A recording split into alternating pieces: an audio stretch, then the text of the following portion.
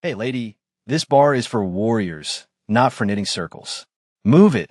The voice was a gravelly mix of cheap beer and unearned confidence, a sound that scraped against the quiet hum of the old naval tavern. The small crowd of young Marines clustered around the speaker chuckled, a nervous, sycophantic sound. They were a pack, and he was their alpha, his authority measured in the volume of his voice and the breadth of his shoulders. The woman at the small corner table, the target of his pronouncement, did not react. She didn't flinch, didn't look up, didn't acknowledge his existence in any way. Her focus remained on the worn pages of the book resting in her hands, her posture an island of impossible calm in the churning sea of their bravado. A more observant man might have seen the subtle truth in her stillness, in the perfect economy of motion as she slowly raised a glass of water to her lips.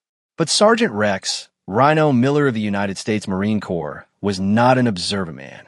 He saw only what he wanted to see.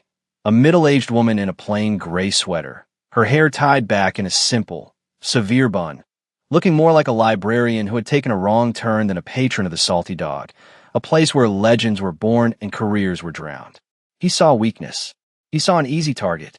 But the old bartender, a retired chief petty officer who had seen admirals weep and heroes by a round, saw something else entirely.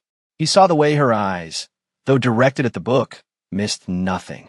He saw the faint, almost invisible scar that traced the line of her left temple. And he felt a familiar chill, a premonition that the loud, proud sergeant was about to learn a lesson that wasn't taught in boot camp.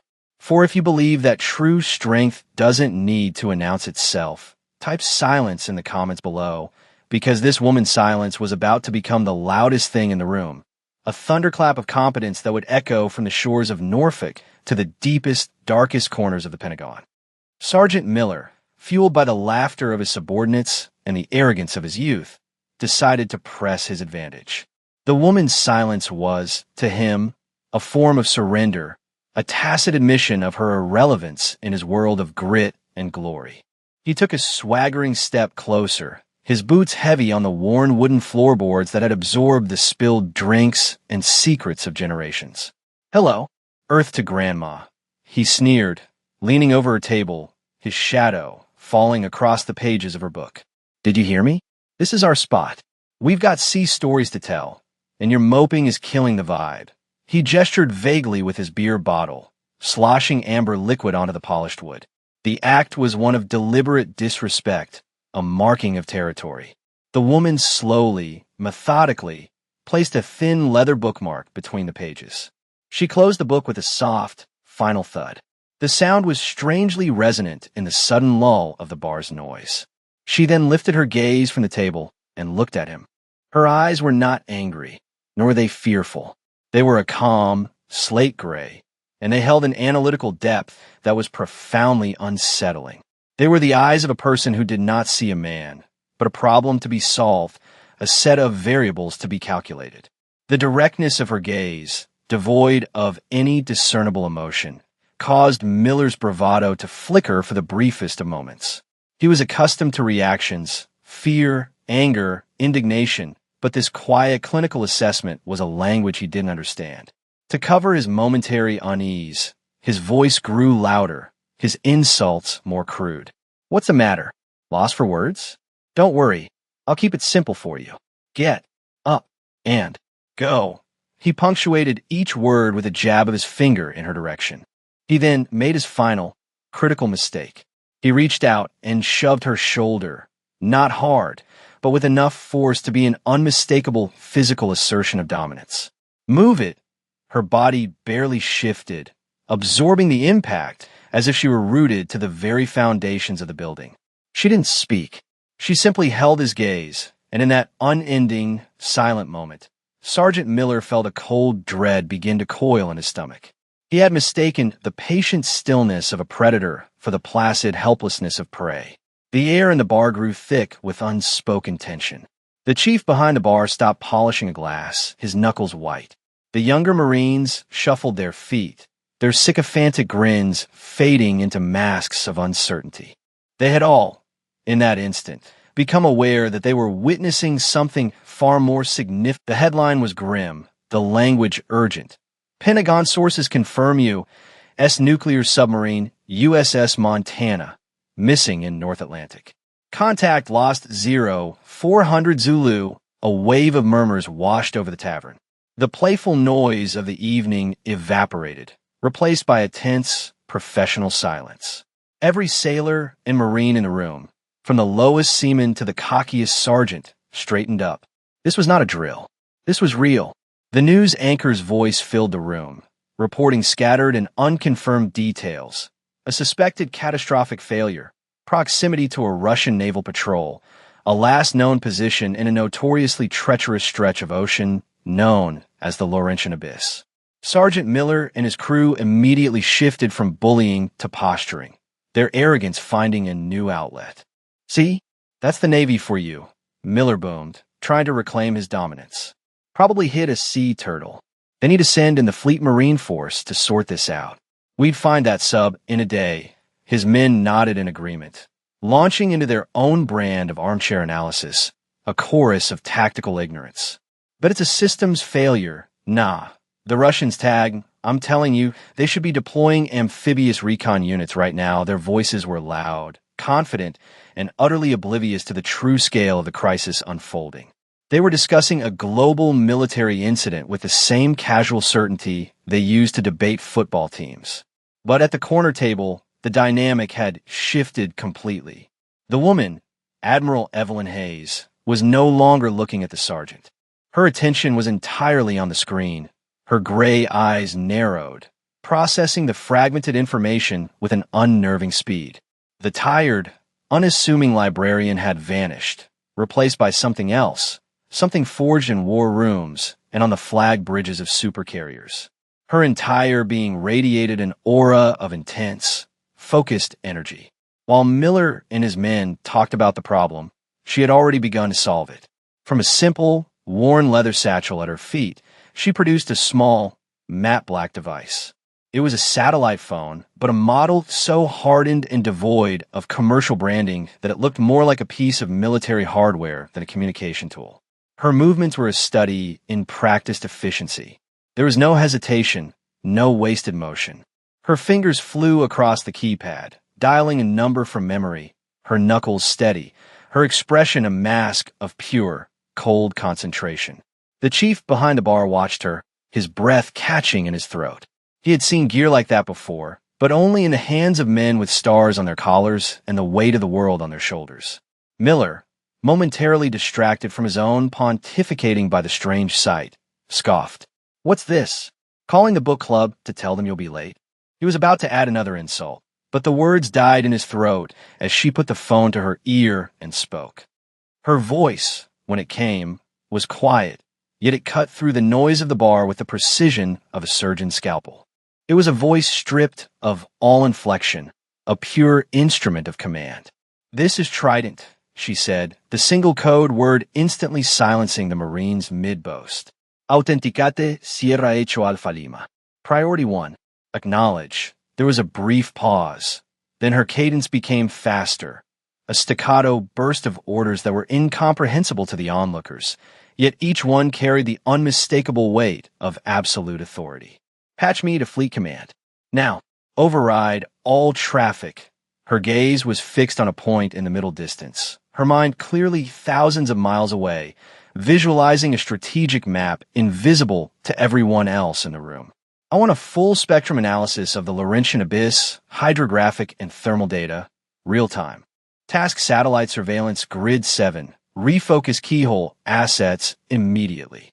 I want a picture of every vessel, surface and subsurface, within a 500-mile radius of the Montana's last known position." The entire bar had fallen into a state of suspended animation. Jaws were slack. Drinks were held halfway to lips. Sergeant Miller stood frozen, his face a canvas of disbelief, the blood draining from it, leaving a pale, sickly sheen. The jargon was beyond him, but the tone was not.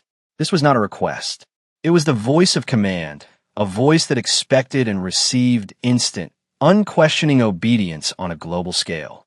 She continued, her voice never rising, yet each word landing like a hammer blow. "Scramble P, 8 Poseidon assets from Naval Air Station, Sigonella. I want them airborne in 10 mics. Divert the Eisenhower Carrier Strike Group. Full steam. Their SAR helicopters need to be on station by 2200. And give me the CEO of the USS Virginia on a secure channel. I want him hunting. She listened for a moment, then gave her final command. Execute. Trident out. She pressed a button. The call ended, and she calmly placed the satellite phone back in her bag. Then, she picked up her book, opened it to the bookmark page, and took a slow, deliberate sip of her water, as if she had done nothing more remarkable than check the time. The silence that followed was a physical presence. It was heavier than any sound, filled with the crushing weight of 1,000 shattered assumptions. Every eye in the room was fixed on the unassuming woman in the gray sweater. On the television, the news anchor's voice suddenly crackled with new energy. We are just getting this in. Pentagon sources are now confirming that a massive, and I quote, unprecedentedly rapid search and rescue operation has just been launched for the USS Montana. Naval assets from the 6th Fleet, including aircraft from as far away as Italy and the Eisenhower Carrier Strike Group, have been mobilized in what appears to be a flawlessly coordinated, lightning-fast response. The details the reporter breathlessly listed were a near-perfect echo of the command she had just given. Sergeant Miller stared, his mind struggling to reconcile the woman before him with the global military power she had just unleashed. He finally found his voice, a choked, terrified whisper. Who in God's name are you?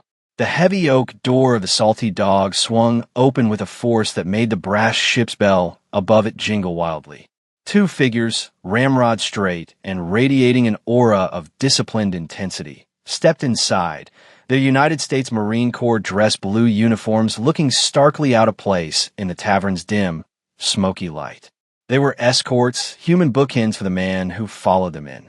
He was a general, a fact evident not just from the stars on his shoulders, but from the sheer, gravitational force of his presence.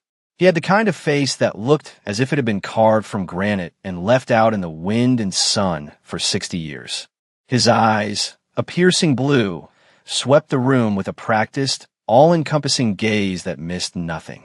This was General Wallace, commander of Marine Corps Forces Command, a living legend whose career was the stuff of Paris Island lore. He was looking for someone, and the moment his eyes fell upon the woman in the corner, his entire demeanor transformed. The hard, commanding expression softened, replaced by one of profound and immediate respect. It was a look that a student gives a revered master, a warrior gives a queen. Ignoring everyone else, he strode purposefully across the room, his escorts following like synchronized shadows. Sergeant Miller and his men, recognizing the general instantly, snapped to a clumsy, terrified version of attention, their bodies rigid with shock and fear. General Wallace didn't even glance at them. His path was a straight line to the small table where the woman sat, still calmly reading her book. He stopped a precise 2 feet from the table's edge. Then, in an act that stunned the entire room into absolute, breathless silence, the 4-star general executed the sharpest, most formal salute of his long and decorated career.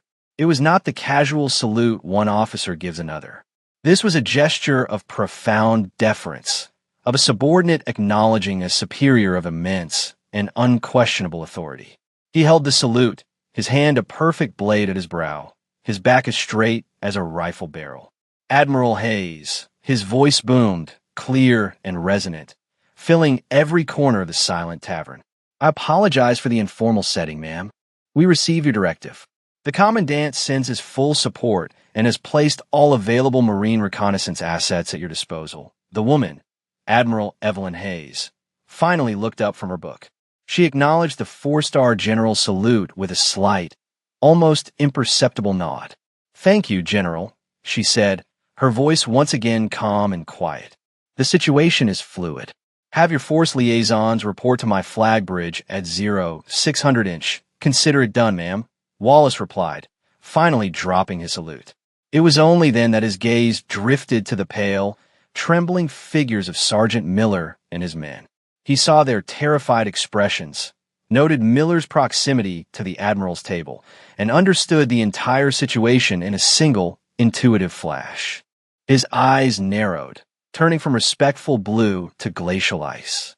The full weight of his command authority now focused on the young sergeant who had, moments before, been the king of this small room. The general's face was a mask of cold fury, but his voice remained level, almost dangerously calm. He didn't need to shout. His quiet disappointment was a far more terrifying weapon. General Wallace let his icy gaze linger on Sergeant Miller for a long, agonizing moment, allowing the young Marine to stew in the terrifying silence of his own colossal error. Miller felt as if his entire career, his identity, was dissolving under that stare. The general then turned his attention back to Admiral Hayes, but he raised his voice slightly, ensuring every person in the bar could hear his next words clearly. "Ma'am," he began, his tone formal and didactic. For the benefit of some of these young warriors who might not fully comprehend the context of this evening's events, allow me to clarify the chain of command. He gave a curt nod to one of his aides, a young captain who was holding a secured tablet. The captain stepped forward, his face impassive.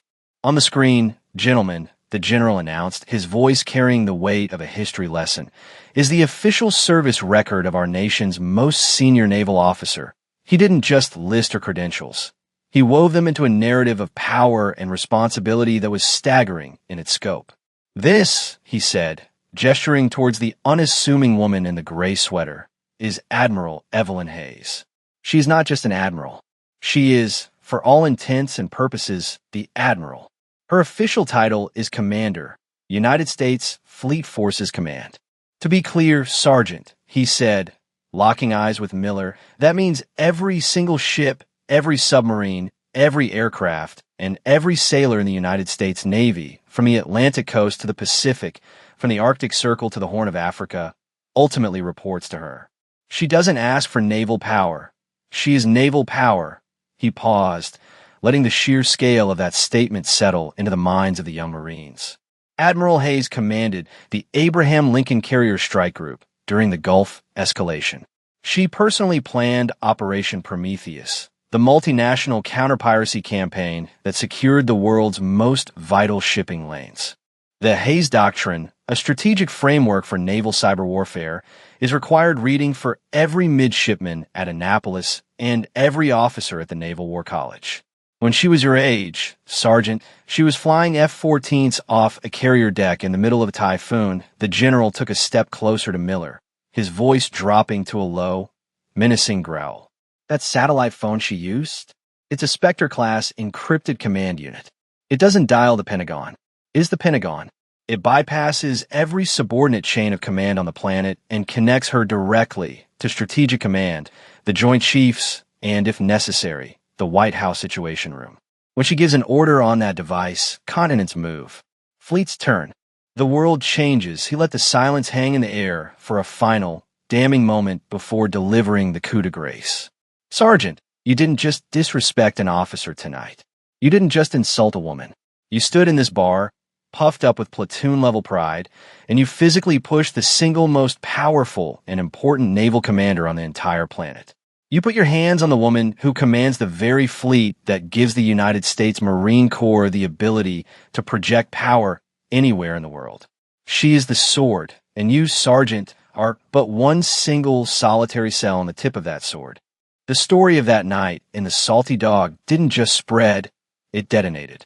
It moved through the nearby naval base like a shockwave, transmitted from the stunned patrons of the bar to friends in the barracks, then leaping to encrypted message boards and official channels disguised as casual chatter.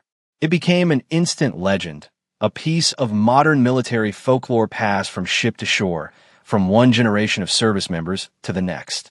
They called it the Trident at the Salty Dog, or sometimes, more poetically, the day Rhino met Poseidon's boss. With each retelling, the details grew slightly more mythic. The satellite phone became a glowing artifact. The general's entrance was heralded by a clap of thunder. Admiral Hayes was said to have stared a hole through the wall with the sheer force of her will. But the core of the story, the essential, humbling truth, remained perfectly intact. True authority doesn't need a uniform, and competence doesn't need to speak. It was a parable about the danger of assumptions, a lesson that resonated deeply within a culture built on hierarchy and visual cues of rank. For Sergeant Rex Miller, the event was not a story. It was a crucible that melted down his entire identity and forged it into something new. His humiliation was total and absolute. It wasn't the fear of punishment that broke him. In fact, General Wallace saw to it that no formal charges were filed. The general understood that public disgrace was a far more potent and educational tool than a mark on a service record. Instead of a break, Miller received a far more transformative sentence. He was ordered to report for 1 week of educational duty aboard the Fleet Force's flagship, which happened to be Admiral Hayes' command center. For 7 days, he was a ghost, a fly on the wall of the flag bridge, ordered to stand in a designated corner to observe and to learn. What he witnessed fundamentally rewired his understanding of power. He saw a world that operated not on shouting and physical presence, but on intellect, data, and an almost supernatural calm. He watched Admiral Hayes and her staff manage a dozen simmering global crises simultaneously, their voices low and measured, their decisions precise and swift. He saw the immense, complex, silent machinery of global naval command, a world where a single, quietly spoken word could alter the fate of thousands. He saw that the true weight of command was not in the giving of orders, but in the acceptance of immense, crushing responsibility. The noise and bravado he had mistaken for strength now seemed childish, a hollow performance in the face of this silent, awesome competence. His world, once built on the simple primacy of the rifle and the fist, had been irrevocably expanded. At the end of his week of observation, a profoundly changed Sergeant Miller requested permission to speak with Admiral Hayes privately. He was granted a few minutes in her Spartan sea cabin office. He stood before her desk, his posture no longer arrogant, but rigid with a newfound humility. He delivered a formal, heartfelt apology, not because he was ordered to, but because he finally truly understood the depth of his ignorance. He expected a lecture, a dismissal, or at best, a cold acceptance. Instead, Admiral Hayes looked up from a complex hydrographic chart, her gray eyes holding not anger, but a flicker of something that looked like understanding. "We all have lessons to learn, Sergeant," she said, her voice even. "Your test was simply more public than most. The important thing is not that you fell, but that you learn from the fall. Focus on learning." Then she did something that cemented his transformation forever. She pointed to a schematic on her screen. "I was reviewing amphibious landing capabilities. Your record says you're an expert on the AAV P7. Explain the optimal surf zone approach for a vehicle of that displacement in high sea states." She asked him a technical question, deferring to his expertise. In that moment, she was not an admiral speaking to a disgraced sergeant. She was one professional speaking to another. She handed him back his dignity, not as a gift, but as a responsibility. He spent the next 10 minutes passionately explaining the intricacies of his craft, and she listened with genuine, focused interest. He left her office not just humbled, but rebuilt. Meanwhile, Admiral Hayes never spoke of the incident again. Her entire focus remained on the mission. 2 days later, thanks to the massive coordinated effort she had launched from that bar table, the USS Montana was located. A catastrophic electrical failure had left it dead in the water, drifting silently in the abyss. All 150 crew members were rescued, a successful outcome attributed directly to the unprecedented speed of the response she had initiated. The legend of that night was immortalized back at the Salty Dock. The owner, a crusty retired Navy chief who knew a historic moment when he saw one, mounted a small, polished brass plaque on the wall above the corner table. It was engraved with simple, powerful words: "The Admiral's Table.